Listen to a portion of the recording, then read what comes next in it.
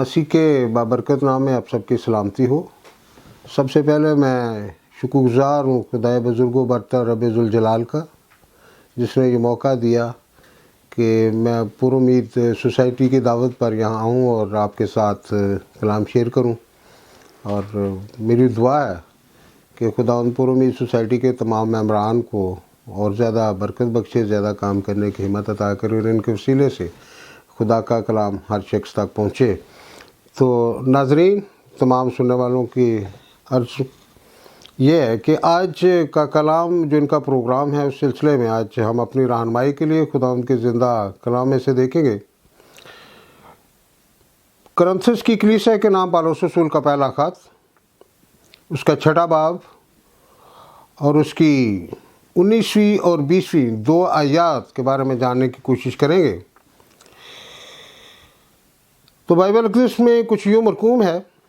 کیا تم نہیں جانتے کہ تمہارا بدن روح القدس کا مقدس ہے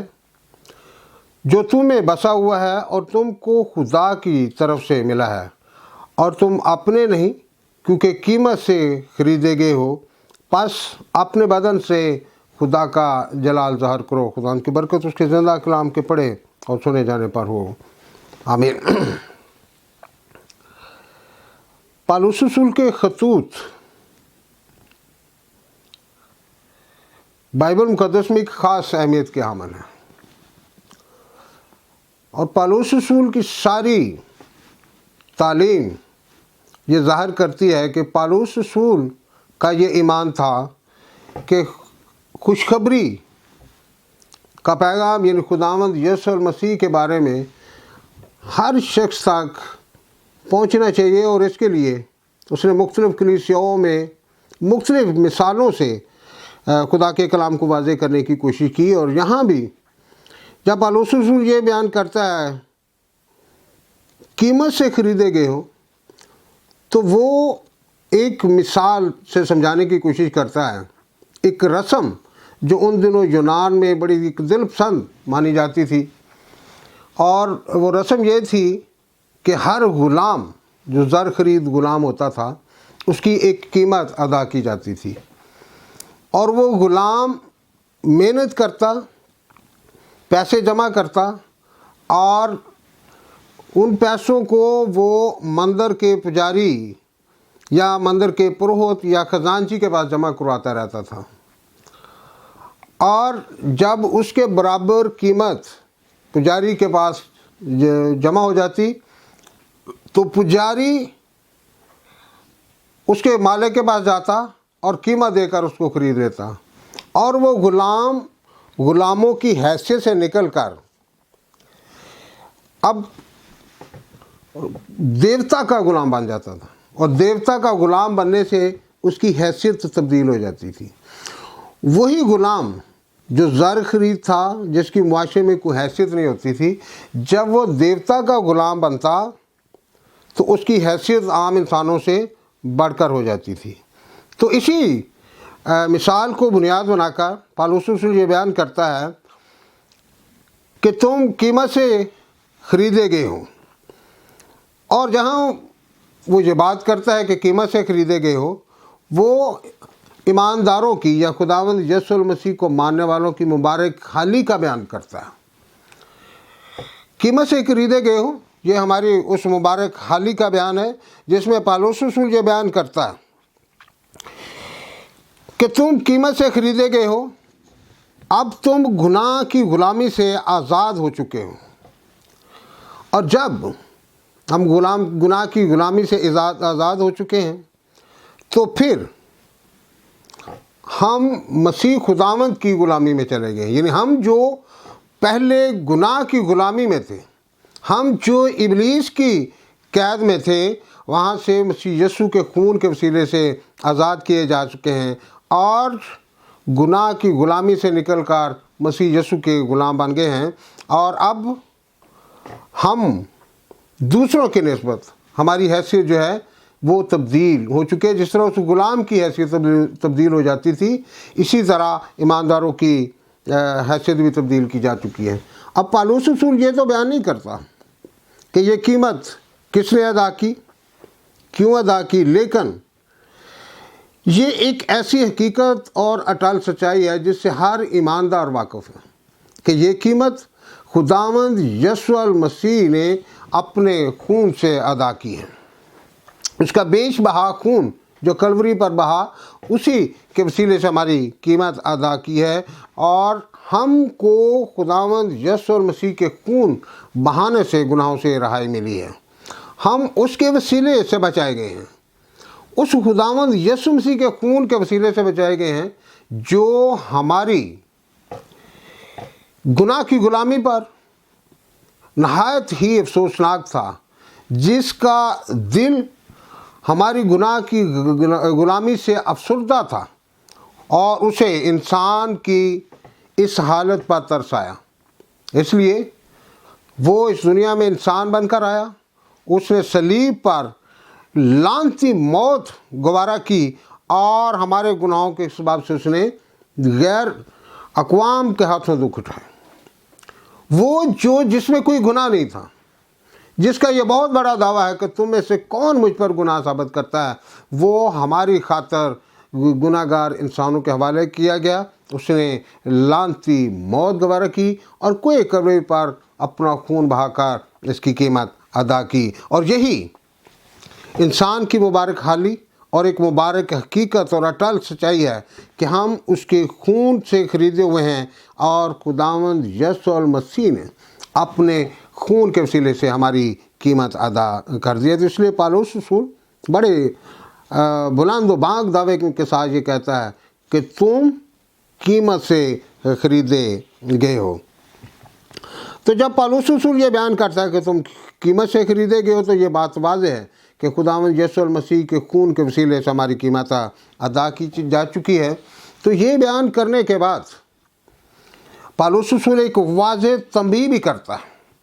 ایک واضح آگاہی ایمانداروں کو بیان کرتا ہے کہ تمہاری جب کہ قیمت ادا کی جا چکی ہے، اس لیے تم اپنے نہیں ہو، اب تم پر تمہارے خدا یعنی خداوند یسوع المسیح کا حق ہے۔ اور اس کی وجہ یہ نہیں کہ خدا نے ہمیں تخلیق کیا، اس کی وجہ یہ ہے کہ خداوند یسوع المسیح نے اپنا خون بہا کر ہماری قیمت ادا کی ہے۔ ہم اس بے داغ برے کی قربانی کی بدولت گناہ کی قید سے آزاد ہو چکے ہیں، اور جب یہ ہم ایمان رکھتے ہیں کہ ہم بے داغ برے کی قربانی سے آزاد ہو چکے ہیں، تو پھر ہمارا دل، ہمارے خیالات، ہماری خوبیاں، ہماری لیاقت اور ہماری تمام خدمات اس کی ہیں جو ہمارے دلوں میں سکونت کرتا ہے۔ ہمیں یہ حق نہیں ہے کہ ہم اپنے بدن کو اپنی مرضی اور خواہش کے مطابق استعمال کریں، کیونکہ اب ہمارا مالک خود خداوند ہے، اور خداوند یسوع المسیح ہی جس نے بدنی طور پر اپنے آپ کو صلیب پر دے دیا، اور صلیب پر بدنی طور پر موت گوارا کرتے لعنتی موت کے وسیلے سے اس نے ہمارے بدنوں کو بھی بچایا ہے۔ اس لیے جب ہمارے روحوں کے ساتھ ساتھ بدن بھی بچائے گئے ہیں، تو اس لیے اس بدن پر ہمارا کوئی حق نہیں ہے، اس کے بارے میں ہمیں سوچنے کا بھی کوئی حق نہیں ہے، کیونکہ اگر تھوڑا سا پہلے 16ویں آیت میں جائیں تو لکھا ہے کہ حرام کاری سے بھاگو، کیونکہ حرام کار اپنے بدن کا بھی گناہ کرتا ہے۔ تو اس لیے یہ کہا گیا ہے کہ حرام کار اپنے بدن کا گناہ کرتا ہے، کیونکہ اس نے ہمیں بدنی طور پر بھی آزاد کیا ہے۔ جب اس نے قیمت ادا کی، ہمارے بدن پر ہمارا کوئی حق نہیں ہے، یعنی مبارک حالی، اور اس کے بعد پھر واضح تنبیہ، ایک آگاہی آتی ہے، اور اسی بات کے ساتھ وہ ایک ذمہ داری بھی ایمانداروں پر عائد کرتا ہے۔ اور وہ ذمہ داری کیا ہے؟ کہ ہم اپنے بدن سے خدا کا جلال ظاہر کریں۔ وہ بڑی صفائی کے ساتھ پالوس رسول یہ بیان کرتا ہے، کیونکہ قیمت سے خریدے گئے ہو، پس اپنے بدن سے خدا کا جلال ظاہر کرو۔ تو یہ ذمہ داری خدا کی طرف سے پالوس کے وسیلے ہم پر عائد ہوتی ہے، اور پالوس رسول اس کے بارے میں ہمیں باقاعدہ طور پر آگاہ کرتا ہے کہ ہمارا بدن جس پر ہمارا کوئی حق نہیں ہے، تو اس کے ساتھ ساتھ ہماری یہ ذمہ داری بھی عائد ہوتی ہے کہ ہم اپنے بدن سے خدا کا جلال ظاہر کریں۔ تو اس ذمہ داری کو یا خدا کا جلال ظاہر کرنے کے لیے ضروری ہے کہ ہم مسیح کی غلامی میں رہیں اور اس کا جلال ظاہر کرنے کے لیے اس کی پرستش کریں اور اپنے بدن اس کی نظر کر دیں۔ کیونکہ رومیو اس کے 12ویں باب کی پہلی آیت یہی بیان کرتی ہے کہ کس طرح سے ہمیں اپنے بدن جو ہے خداوند کی نظر کرنا چاہیے، اس کی پرستش کرنا چاہیے، اس کی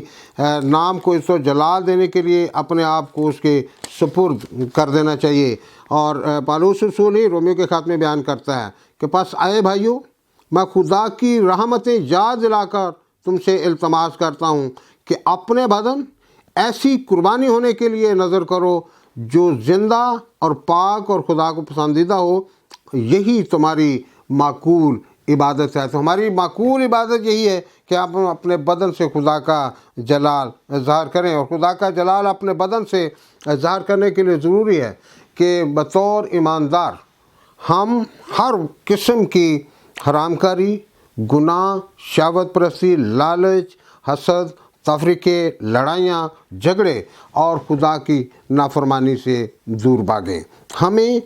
اس کے نام کو عزت و جلال دینے کے لیے ضروری ہے کہ ہماری زندگی میں گناہ جو ہے وہ کبھی داخل نہ ہونے پائے، بلکہ ہم ہمیشہ گناہ سے بھاگتے رہیں، اس کی پرستش کریں، حمد و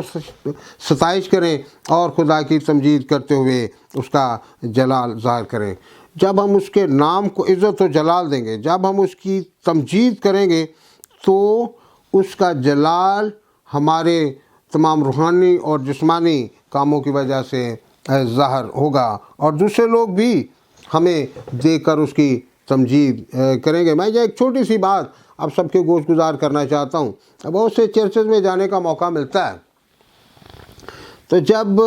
پیغام دے ہوتے ہیں کوئی اچھی بات لوگوں کو لگتی ہے تو وہ تالیاں بجانا شروع ہو جاتے ہیں۔ تو میں نے ایک دو جگہ جا کے یہ پوچھا، میں نے کہا جی آپ ایسا کیوں کرتے ہیں؟ تو لوگوں کی بجائے پاسٹر صاحب نے جواب دیا ایک جگہ پہ کہ جی ہم تالیاں بجا کے خدا کے نام کو جلال دیتے ہیں۔ تو میرے لیے یہ بڑی حیران کن اور پریشانی والی بات تھی کہ بائبل مقدس ہمیں یہ بیان کرتی ہے کہ تم اپنے بدن سے، اپنے کاموں سے، بدن سے مراد ہمارا جسم نہیں ہے، ہمارے کام جو ہے، ہمارے افعال، ہمارا کردار، ہمارے قول جو ہے، ان کے وسیلے سے خدا کے نام کو عزت و جلال دینا چاہیے۔ لیکن یہ ایک نیا طریقہ ہے جو میرے لیے پریشانی اور حیرانی کا سبب بنتا ہے۔ لیکن ہمیں جو سیکھنا ہے وہ یہ ہے کہ ہم اپنے بدن سے، یعنی اپنے کاموں سے خدا کے نام کو عزت و جلال بخشیں، اور ہمیں خدا باپ کی خوبیاں دوسروں پر ظاہر کرنے کے لیے سچے دل سے اس کی پیروی کرنے کی ضرورت ہے۔ اور یہ یاد رکھیں کہ ہم نے اپنے بدن سے اس خدا باپ کا جلال ظاہر کرنا ہے جس کی خدمت اور مخلصی کا کام پاک ہے۔ تو ناظرین میرے عزیزو، ہمارے خداوند، ہمارے خالق اور مالک نے اپنے بیٹے خداوند یسوع المسیح کے ذریعے ہمیں گناہ کی قید سے چھڑایا ہے۔ اس کے لیے خداوند یسوع المسیح نے رضا کرانہ طور پر لعنتی موت گوارا کی اور اپنا خون بہا کر ہماری قیمت ادا کی۔ تو اس لیے ہم پر ایک واضح ذمہ داری عائد ہوتی ہے کہ ہم اپنے بدن مکمل طور پر اس کے سپرد کر دیں، ہر قسم کے بدنی گناہ سے دور بھاگنے کی کوشش کریں، اور اس کی عبادت اور تمجید کرتے ہوئے اپنے افعال کے ذریعے، اپنے کردار کے ذریعے اس کے نام کو عزت اور جلال بخشیں۔ تو میں جو آپ کے سامنے یہی خیال پیش کرنا چاہتا ہوں کہ ہم کو خدا کے بیٹے، ہمارے نجات دہندہ خداوند یسوع المسیح نے اپنا خون دے کر خون سے قیمت ادا کر کے ہمیں خرید لیا ہے۔ تو اب ہمارے بدن پر، ہماری مرضی پر ہمارا کوئی حق نہیں ہے۔ تو اس لیے اپنی ذمہ داری کو پورا کرتے ہوئے ہمیں اپنے کردار سے اس کی پرستش کرنے اور تمجید کرنے سے اس کا جلال ظاہر کرنا ہے، تاکہ دوسرے لوگ بھی اس کی تمجید کریں اور بہت سے لوگ اس کے قدموں میں آ کر ایک لعنتی زندگی یا گناہ بری زندگی سے آزاد ہو کر خدا یسوع مسیح کے قدموں میں آئے۔ تو آج میں آپ سب کے لیے ایک سوال یہ چھوڑتا ہوں کہ کیا ہم اپنے بدن سے خدا کا جلال ظاہر کرتے ہیں؟ کیا ہمارے کردار سے، ہمارے اقوال و افعال سے خداوند کا جلال ظاہر ہوتا ہے؟ میری گزارش ہے کہ ہر شخص جو اپنا اپنا تجزیہ کرے اور اس سوال کا جواب ڈھونڈے۔ خداوند آج کے اس خیال کے وسیلے سے، آج کے اس پیغام کے وسیلے سے ہم سب کو برکت بخشے۔ آمین۔